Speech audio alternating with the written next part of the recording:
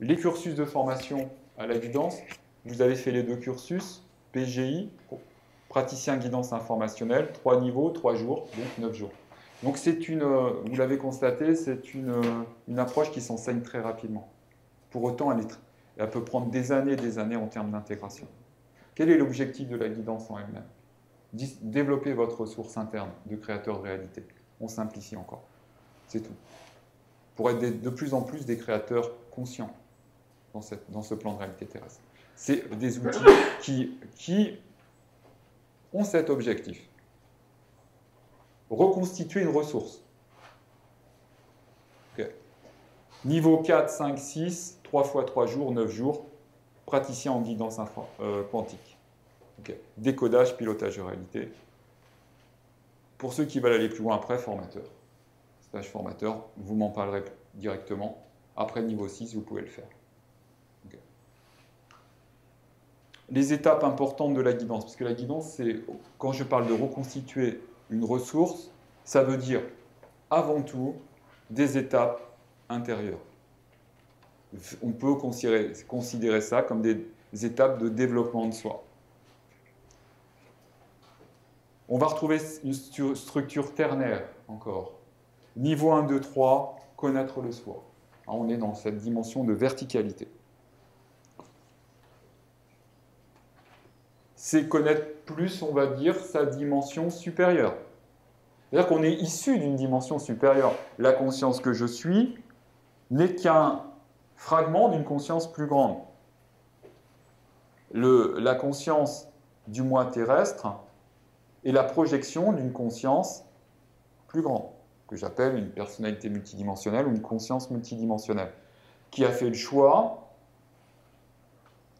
de parcourir un cycle de réincarnation dans une dimension d'existence physique pour en acquérir l'expérience. Donc elle projette des aspects d'elle-même, il y en a qui appelleront ça des vies, projette des aspects d'elle-même dans ce contexte, à travers la collaboration avec le biologique, puisque c'est le biologique qui lui permet de disposer de cette dimension d'action et d'existence dans ce plan de réalité.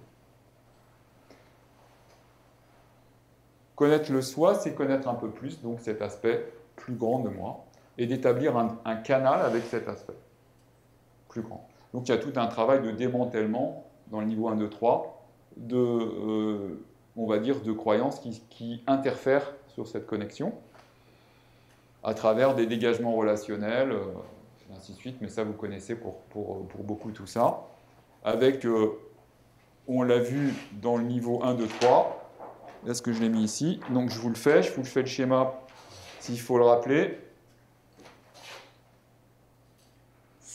Niveau 1, niveau 2, niveau 3,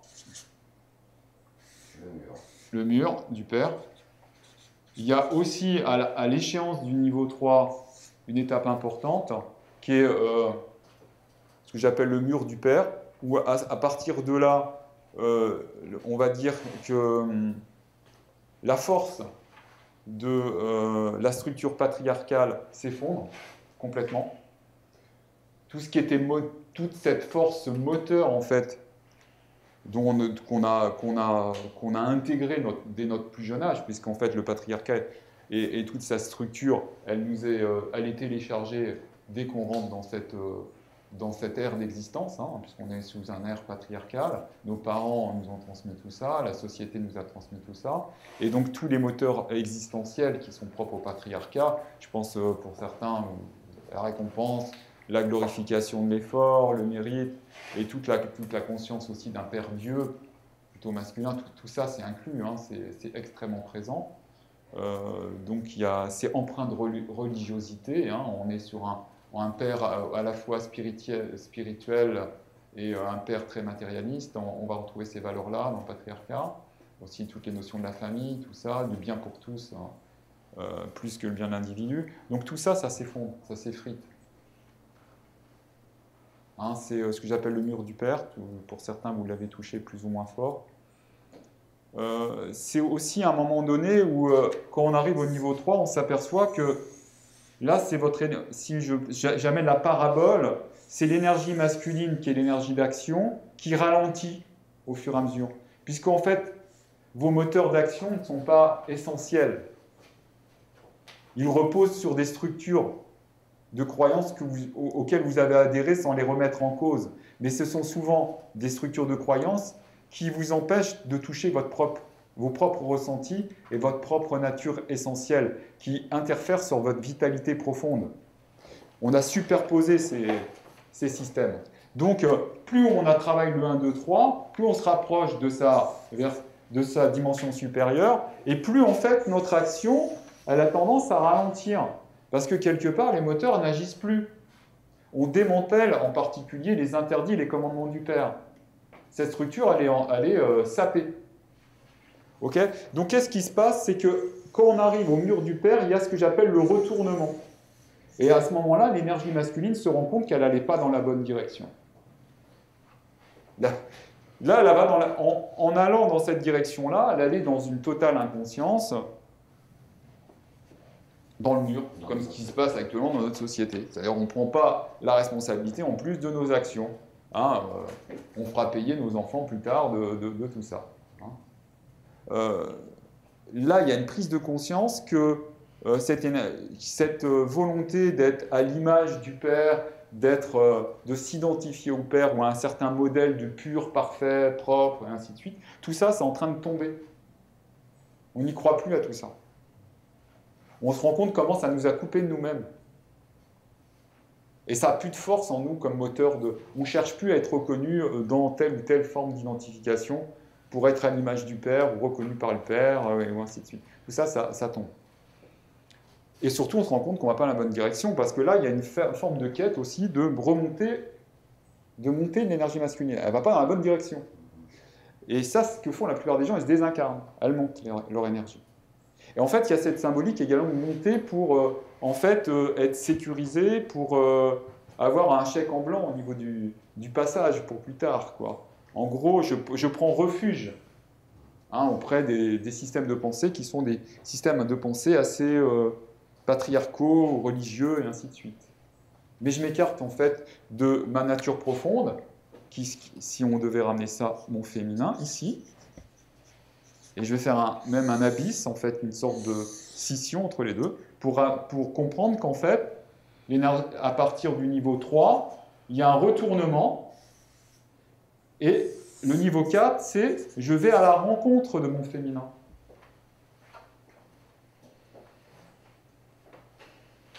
Et j'apprends à connaître féminin et masculin. C'est niveau 4, c'est la deuxième étape de la guidance. Je me rends compte que je n'étais pas dans la bonne direction, que je continuais à prendre de la distance sur mon féminin, que je continuais à prendre des décisions, et en fait, mon féminin, il prenait des coups. Parce que je n'écoutais pas les ressentis de mon féminin. C'est mon féminin qui m'amène la guidance. Dans le sens, il faut comprendre que le féminin nous relie à tout ce que nous sommes. Le féminin relie. Et pour pouvoir ressentir, il faut passer par le féminin. Sinon, on ne ressent pas. Et là, je commence à ressentir l'effet de mes actions. Bon, là, on est sur un masculin qui commence à prendre la responsabilité de tout ce qu'il produit et qui écoute ses ressentis pour ajuster son action. Donc le 4 est important parce que le 4, c'est un retournement. Je me dirige vers la rencontre avec mon féminin. Ok. Et quand cette rencontre est faite, là, le 5 et le 6. Connaître ses frères et sœurs en humanité ou le défi amoureux. C'est là que ça commence. Et là, c'est à l'infini. Une petite parenthèse, je crois que les dernières fois où je devais faire ce schéma, en fait, le 5, tu le mettais sur le mur, la rébellion à la source. Non? Oui, oui. Il y a aussi un... Oui, tu as raison. Il y a quelque chose aussi qui est important, qui est une étape dont je parle pas, que je n'ai pas évoqué ici. Dans le niveau 5, pour passer le niveau 5, il y a une étape essentielle pour pouvoir justement se lancer dans le défi amoureux. Je pense qu'ici, je ne sais pas où je pourrais l'inscrire. C'est tout ce qui est en rapport avec l'étape de la nostalgie de l'ailleurs et de la rébellion à la source. Qui est la même chose pour moi. Où à un moment, il va falloir prendre une décision, quoi. De dire oui à l'existence terrestre incarnée, d'accepter la limitation, Je dis bien d'accepter la limitation. Je pense que c'est peut-être le mot qu'il faut vraiment comprendre, c'est limitation. En fait, pour les besoins de notre expérience, nous sommes volontairement limités. Et des fois, on refuse cette limitation. On recherche l'inimitation, une forme d'élimination. Et en fait, on ne veut pas prendre la responsabilité de notre perspective personnelle et de notre moi terrestre. En fait, on essaye un peu de décapiter le moi parce que ça ne nous intéresse pas trop. En fait. Et on cherche plutôt à revenir à notre essence, à notre je suis, et être que là-dedans. Mais on ne peut pas vivre une expérience dans un plan de réalité sans moi, sans une interface. Donc, qu'est-ce qu'on risque de faire avec ça? On risque en fait d'augmenter en refusant d'une certaine façon cet ego matériel, parce que le moi, pour ces gens-là, est considéré comme une forme d'ego, dans un sens péjoratif. En refusant cet ego, ils nourrissent un ego spirituel en fait. En n'acceptant pas leur ego matériel, ils nourrissent un ego spirituel.